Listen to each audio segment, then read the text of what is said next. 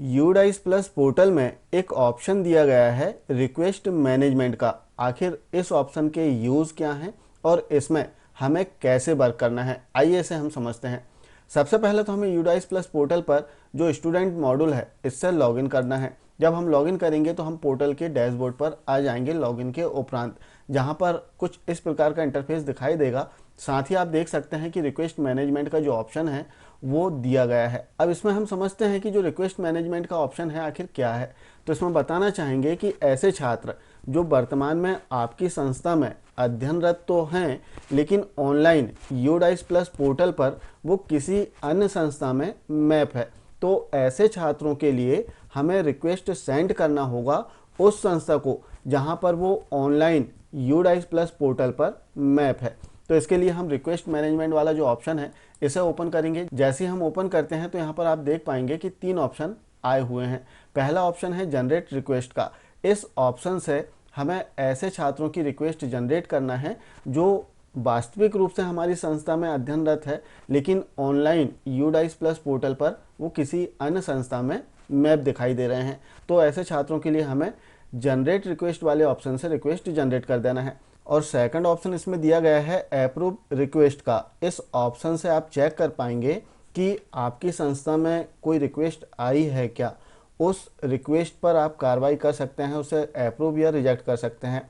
और थर्ड जो ऑप्शन इसमें दिया गया है व्यू रिक्वेस्ट का।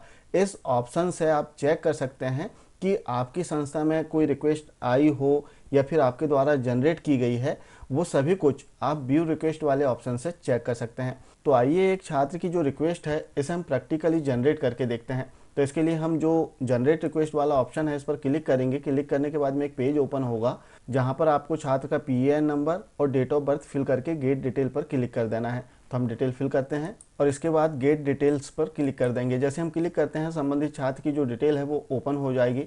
लास्ट में आपको करना क्या है, जो रिमार्क है इसे सेलेक्ट कर लेना है।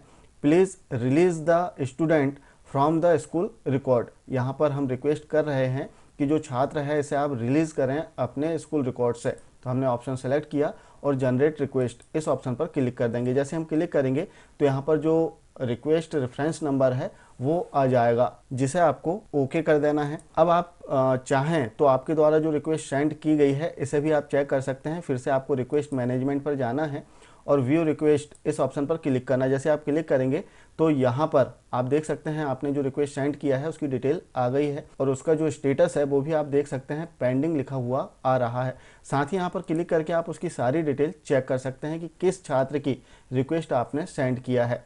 अब हम उस संस्था की यूज़र आईडी से लॉगिन होंगे जहां पर इस छात्र की रिक्वेस्ट सेंड हुई है और वहां पर हम देखते हैं कि किस प्रकार से ऑप्शन डिस्प्ले होंगे।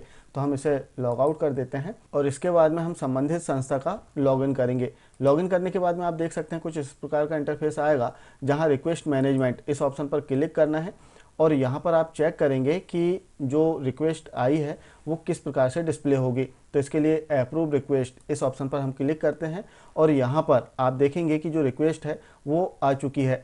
अब यहाँ पर जैसे हम क्लिक करेंगे तो छात्र की सारी डिटेल आ जाएगी। आपको स्क्रीन को नीचे स्क्रॉल करना है और यहाँ पर 2 ऑप्शन आएंगे, अप्रूव रिक्वेस्ट और रिजेक्ट रिक्वेस्ट। यदि छात्र आपकी ही संस्था में पढ़ रहा है तो आप ऐसी स्थिति में जो रिक्वेस्ट है इसे रिजेक्ट कर सकते हैं।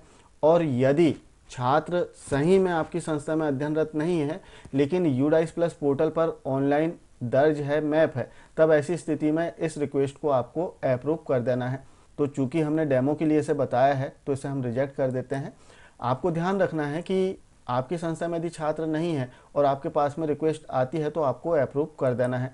अब चूंकि हमने डेमो के लिए बताया था तो यहाँ पर हमने रिजेक्ट किया। रिजेक्ट के लिए 2 ऑप्शन आए हुए हैं, the student is presently staying at my school, अर्थात वर्तमान में मेरे ही स्कूल में अध्ययनरत है। The student is presently studying with other school. अब चूंकि अदर स्कूल में नहीं है, हमारे ही स्कूल में, तो इससे पहला जो ऑप्शन है इसे सेलेक्ट करते हैं और कंफर्म कर देंगे। इस प्रकार से जो रिक्वेस्ट है हमने रिजेक्ट कर दिया और यहाँ से जो डिटेल है वो चली गई है। अब फिर से आप देखेंगे व्यू रिक्वेस्ट, यहाँ पर आप देख सकते हैं कि जो लास्ट वाला ऑप्शन दिया गया था व्यू रिक्वेस्ट, इससे जितनी भी रिक्वेस्ट आपकी संस्था में आएगी या आपके द्वारा की जाएगी वो सभी कुछ डिटेल यहाँ पर दिखाई देगी। जैसे हम व्यू रिक्वेस्ट पर क्लिक करते हैं क्लिक करने के बाद में आपने जो किया है वो स्टेटस यहाँ पर अपडेट हो जाएगा। यदि आपने एक्सेप्ट किया है तो यहाँ पर एक्सेप्ट लिख कर आएगा, और यदि रिजेक्ट कर दिया है तो रिजेक्ट लिख कर आ जाएगा। साथ ही जिस संस्था से रिक्वेस्ट हुई थी उनके भी लॉगिन में जो स्टेटस है वो दिखाई देगा व्यू रिक्वेस्ट में, वहाँ पर भी आप देख पाएंगे कि रिजेक्ट लिखा हुआ आएगा। आशा है जानकारी आप समझ पाए होंगे। मिलते हैं कुछ इसी प्रकार की जानकारी के साथ में नेक्स्ट वीडियो में। तब तक के लिए जय हिंद।